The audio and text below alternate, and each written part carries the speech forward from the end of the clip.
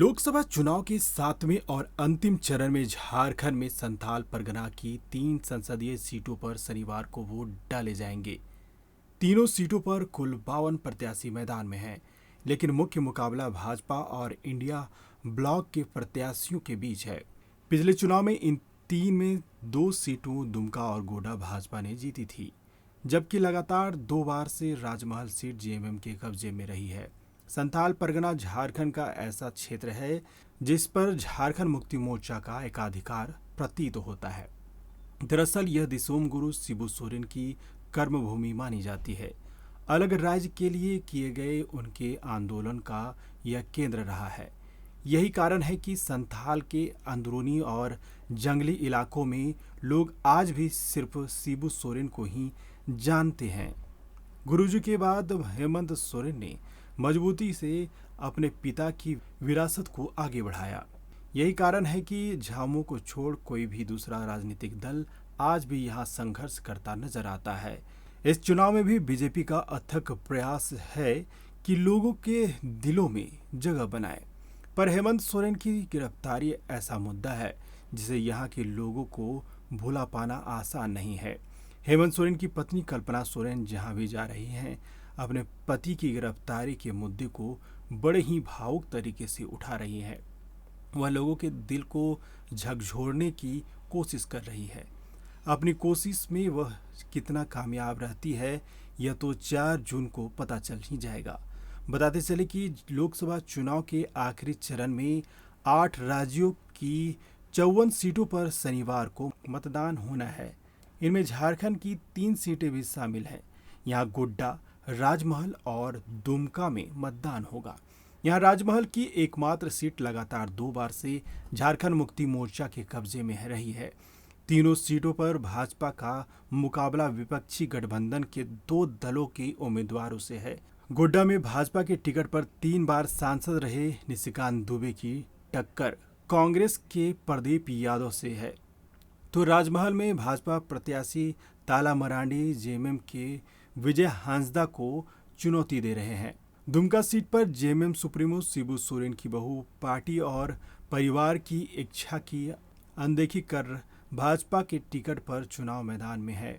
उनका मुकाबला जेएमएम के पुराने नेता नलिन सोरेन से है। भाजपा उम्मीदवारों की बात करें तो निशिकांत दुबे को छोड़ बाकी दोनों प्रत्याशी दल बदलकर उम्मीदवार बने हैं। दुमका से भाजपा के टिकट पर चुनाव लड़ रही सीता सोरेन जेएमएम के टिकट पर जामा से विधायक चुनी जाती रही हैं। चुनाव की घोषणा के बाद उन्होंने भाजपा ज्वाइन कर ली थी। हालांकि जब उन्होंने भाजपा का दामन थामा, तब उस वक्त पार्टी दुमका से अपने प्रत्याशी के नाम की घोषणा कर चुकी थी। शिबू सोरेन को हराकर सांसद बने सुनील सोरेन को भाजपा ने फिर मौका दिया था। सीता सोरेन की भाजपा में आते ही परिदृश्य बदल गया। सुनील सोरेन को भाजपा ने चुनाव लड़ने से रोक दिया और उनकी जगह सीता सोरेन को अपना उम्मीदवार बना दिया। राजमहल से भाजपा उम्मीदवार ताला मरांडी की भी यही कहानी रही है। वे पहले भाजपा में थे, फिर भाजपा ने दलीय अनुशासनहीनता के कारण उन्हें पार्टी से बाहर कर दिया, तब वे आसू में चले गए।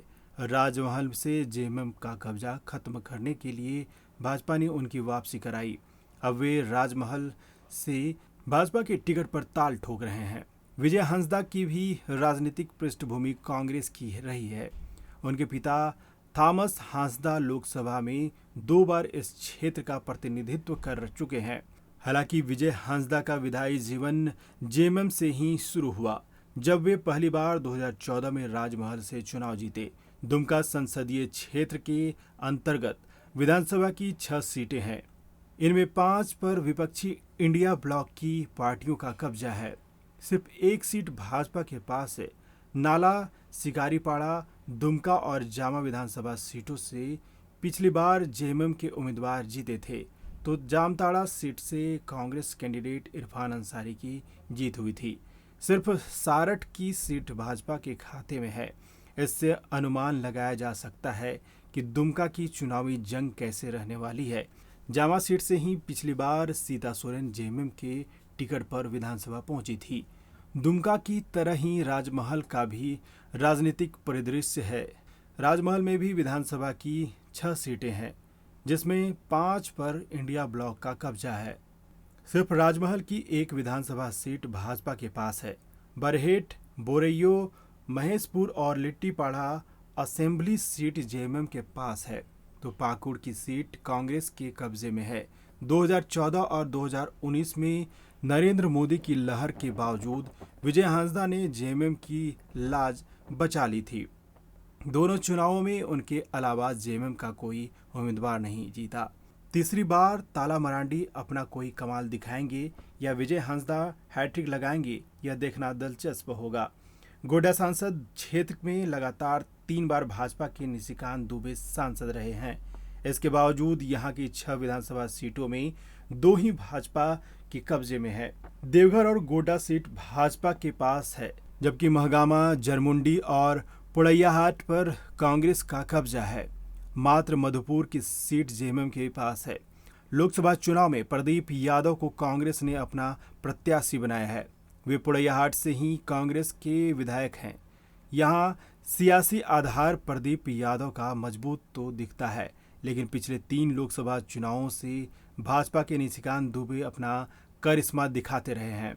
इस बार निशिकांत दुबे का करिश्मा बरकरार रहता है या प्रदीप यादव अपने मजबूत राजनीतिक आधार का फायदा ले पाते हैं, यह चुनाव परिणाम से ही पता चलेगा।